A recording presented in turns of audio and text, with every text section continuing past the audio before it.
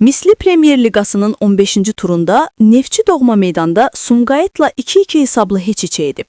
Oyundan sonra baş məşqçi Yuri Vernidub mətbuat konfransında komandasının oyununu təhlil edib, problemləri və gələcək planlarını açıqlayıb.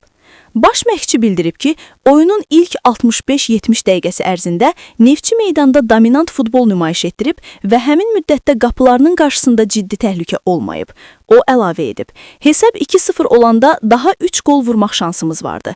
Amma son 20 dəqiqədə komandam yorğun oynadı və fiziki güc yetərli olmadı. Buna baxmayaraq, bütün bunları daha yaxşı istiqamətdə düzəltmək mümkündür. Vernidub, qarşıdakı Karvan Yevlax maçına hazırlıqların davam edəcəyini və təlim məşq toplanışı zamanı komandanın daha yaxşı formaya gətiriləcəyini bildirib.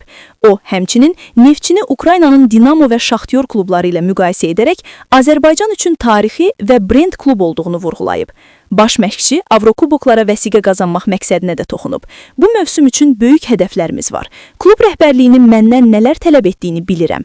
Əgər bugünkü kimi oyun sərgiləsək, yaxşı nəticələr əldə edə bilərik. Futbolda hər şey mümkündür və mən buna inanıram. İnanmasam bura gəlməzdim. Yuri Vernidub hər yarım ildə yeni komanda formalaşdırmağın effekt verməyəcəyini bildirib və mövcud heyətin üzərində işləməyi daha məntiqli hesab edir.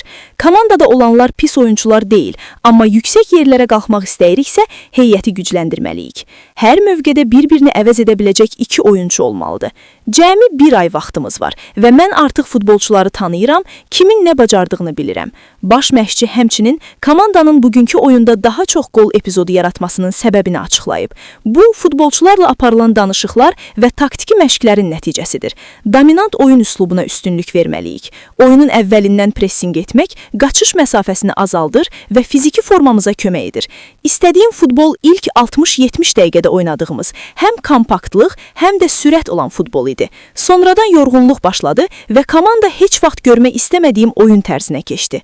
Vensan Abubakar və Bassala Sambu barədə danışan Vernidub əlavə edib. Bassala Sambu start heyətdə böyük iş gördü. Rəqibə yaxşı pressing tətbiq etdi. Sambu yorğun olduğu üçün daha təcrübəli Abubakarı meydana buraxdım.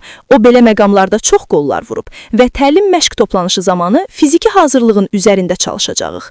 Sonda baş məşqçi vurğulayıb. Mən sehirbaz deyiləm ki, dərhal nəyisə dəyişim. Amma bu komanda 8-ci yerdə olmamalıdır.